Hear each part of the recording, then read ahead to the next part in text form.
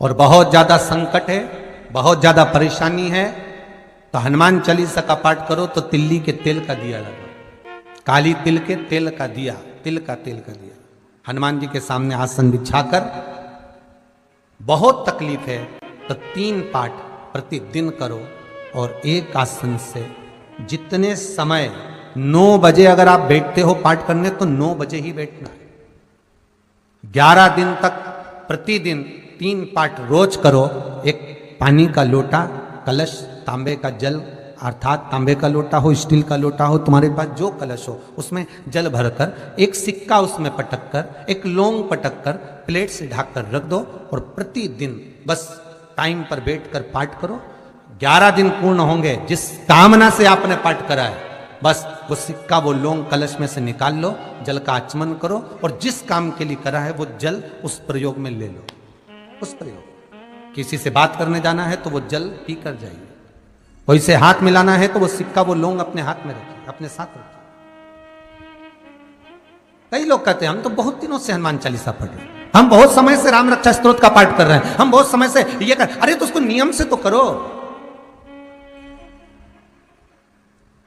हनुमान चालीसा का प्रागट्य केवल एक दिल से की गई स्तुति, हनुमान जी महाराज की स्तुति, राम जी महाराज की स्तुति तुलसीदास जी ने केवल दिल से करी थी, केवल मन से।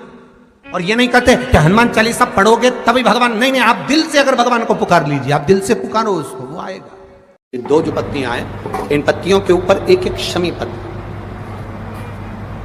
और लाल चंदन ये रखकर कितना भी रोगीला व्यक्ति हो, रोग से ग्रसित व्यक्ति हो, जिंदगी में कितना ही दुख पड़ रहा हो, बेलपत्र की ये दोनों पत्ती जिसके ऊपर शमी पत्र रखकर, लाल चंदन रखकर श्री हनुमान जी महाराज और हनुमान जी महाराज के तीसरे नंबर के भाई श्री गतिमान जी, जे के क्रम में आते हैं श्री गतिमान जी, उन गतिमान जी और हनुमान जी का नाम लेकर जो शिवलिंग के ऊपर समर्पित कर देता है, रोग का निवारण होता ही। विवाह शादी में देरी हो रही हो या कोई नया कार्य चालू कर रहे हो उसमें देरी हो रही हो, या कोई सर्विस के लिए, नौकरी के लिए जा रहे हो और वो कार्य नहीं हो रहा हो, तो एक धतूरा, केवल एक धतूरा, उस धतूरे को फोड़कर उसके अंदर का फल निकालकर उस फल को शिवलिंग पर चढ़ाकर 1 लोटा जल शंकर भगवान को समर्पित कर,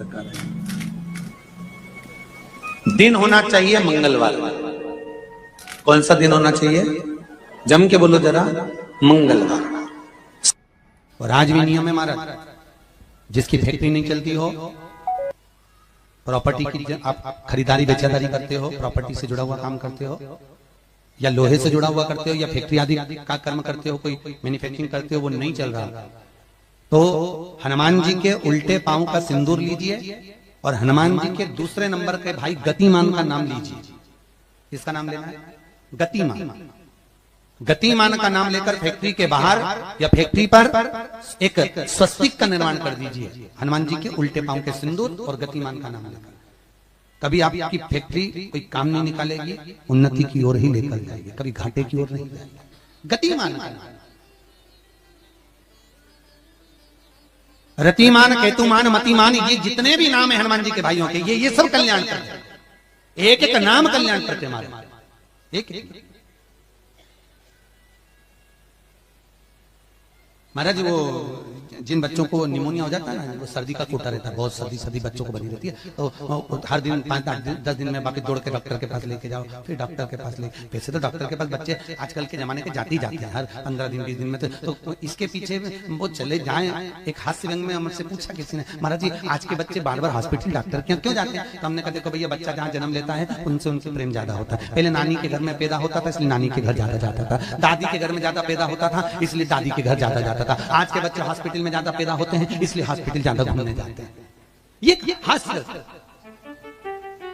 पर यदि बच्चे को सर्दी ज्यादा होती है, निमोनिया ज्यादा होता हो, ठंडा का कोटा ज्यादा रहता हो, तो पीपल के 5 पत्ते महाराज उस पर घृत लगाकर हनुमान जी के तीसरे नंबर के भाई व्रतिमान का नाम लेकर, व्रतिमान का नाम लेकर बच्चे की छाती पर एक वस्त्र से उसको बांध दीजिए, रात्रि भर बंधे रहने दीजिए महाराज। और बांधना कौन से दिन है? 12 तिथि को, बस एक बार बांधना, उसके बाद सर्दी का कोटा नहीं रहता, बच्चा स्वस्थ अपने आने में। हनुमान जी महाराज के जितने भी भाई हैं सबका, हनुमान जी के सगे 5 भाई और हैं। आपको कथा में पहले कहा है, सुनिए कि नहीं सुनिए? जम के बोलो जरा, सुना है ना? हनुमान जी के 5 भाई और हैं, गतिमान, वृत्तिमान, रतिमान, कैतुमान। ऐसे हनुमान जी के 5 भाइयों का क्रम और आता है शिव महापुराण के अंतर्गत। 5 भाई, अकेले नहीं हनुमान। हमने गतिमान का तो वर्णन आपको पहले भी करा है कि हनुमान जी के चरण के सिंदूर से जिस फैक्ट्री को, जिस गाड़ी को, जिस लोहे का जो कारखाना हो जो नहीं चल रहा हो, गाड़ी बार बार खराब हो रही हो और बार बार एक्सीडेंट हो रहे हो, बार बार तकलीफ भोग रहे हो, तो श्री हनुमान जी के भाई गतिमान का नाम लेकर स्वस्तिक बनाने का बोला था। याद है किसी को? जिसको याद है हाथ उठाओ। याद है आप लोगों को? रखिए रखिए। गतिमान हनुमान जी के भाई हैं, तुम चिंता ना करो। और समय आया और उस समय के अंतर्गत मां के सुंदर आनंद से पवन तनय संकट हरन मंगल मूर्ति रूप राम लखन सीता सहित हृदय बसौ सुरभूप। शिव के एक अंश मात्र, शंकर का एक स्वरूप माता अंजना के गर्भ में पहुंच गए।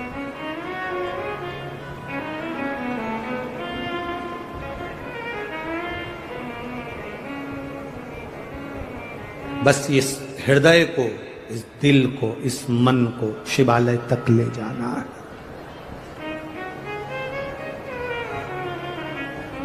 और जब ये मन, जब ये चित्त शिवालय तक पहुंच जाए तो समझ लो कि तुम्हारी जिंदगी की सार्थकता हो गई।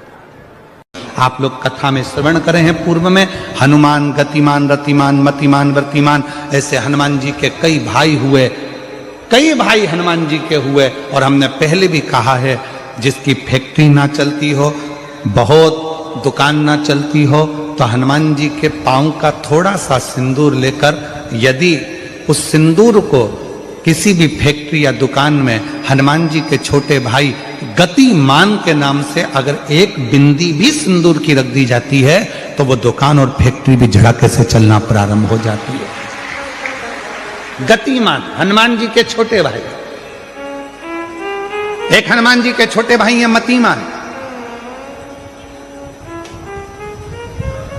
जब व्यक्ति डिप्रेशन में जाता है, एकाग्र चित्त नहीं रह पाता है, पढ़ने बैठता है पर एकदम मन नहीं लग पाता है, तो मतिमान का स्मरण किया जाता है। हनुमान जी के 3 नंबर के भाई का मतिमान। और कहते हैं एक दुर्वा यदि मतिमान के नाम से शंकर भगवान की शिवलिंग पर चढ़ा दी जाए और उसी दुर्वा को वापिस लेकर आया जाए, अंधेरा होने से पहले, सूर्य अस्त होने के पहले, शाम के प्रदोष के पहले यदि उस दुर्वा को, उस व्यक्ति को चबा चबा कर खिला दो, तो डिप्रेस हो रहा है, डिप्रेशन में है, चिंता में है, टेंशन में है और उसका विवेक काम नहीं कर रहा, बुद्धि स्थिर नहीं हो पा रही है या पढ़ने में मन नहीं लग पा रहा है, तो उसको आप एक दुर्वा मतिमान, हनुमान जी के 3 नंबर के भाई मतिमान के नाम से अगर खिला देते हैं, तो उसकी बुद्धि केंद्रित होना प्रारंभ हो जाती है और वो डिप्रेस से हटना प्रारंभ हो जाता है, मन स्थिर होने लगता है। मतिमान।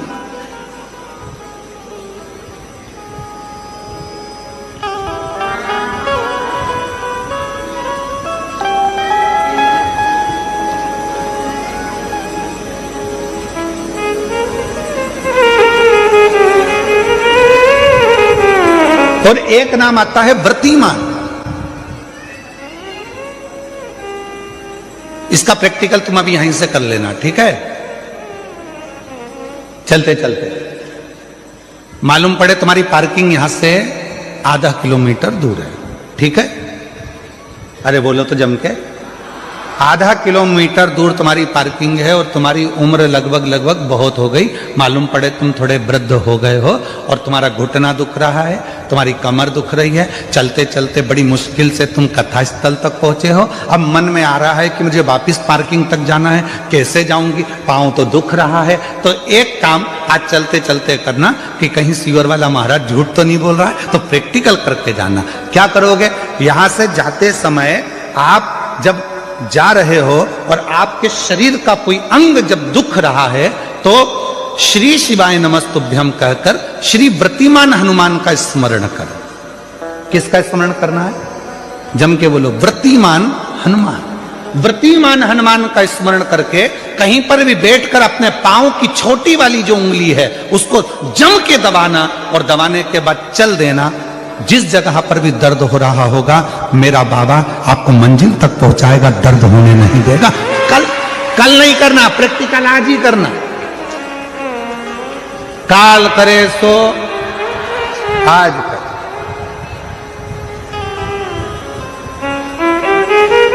वृत्तिमान आज करेंगे गुरुजी, 3 महीने में फर्क दिखेगा। तुम तो आज की आज का बताओ ना कि आज की आज में फल कैसे मिले। तो बिल्कुल तैयारी में बैठो। जाते जाते व्रतिमान हनुमान भगवान श्री शिवाय नमस्तुभ्यम का स्मरण कर कर एक ऊर्जा के साथ, ताजगी के साथ चलते जाओ। शिव थोड़ा बहुत नहीं देते मेरे भगवान। ध्यान दीजिएगा, पंचमुखी हनुमान का एक स्मरण, पंचमुखी हनुमान का एक भाव। महाराज जैसे बहुत ज्यादा तकलीफ अगर व्यक्ति को हो गई है, बहुत कष्टमय जीवन चल रहा है, हार गए हर जगह से और तकलीफमय जीवन चल रहा है, तो पंचमुखी हनुमान का एक शिव महापुराण का और स्कंद पुराण का एक बड़ा सुंदर मंत्र है। उस मंत्र को आप सब एक बार हमारे साथ में बोलें। ओम नमो हनुमते रुद्र अवताराय सर्व शत्रु संहारणाय सर्व रोग हराय सर्व वशीकरणाय रामदूताय स्वाहा।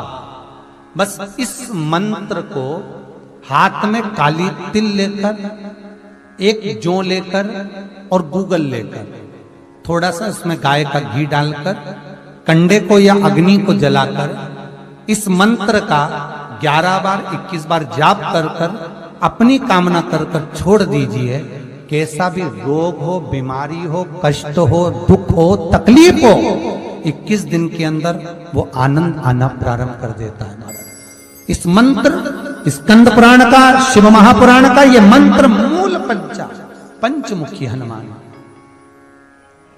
सुख देंगे। और एक और चीज याद रखिए महाराज,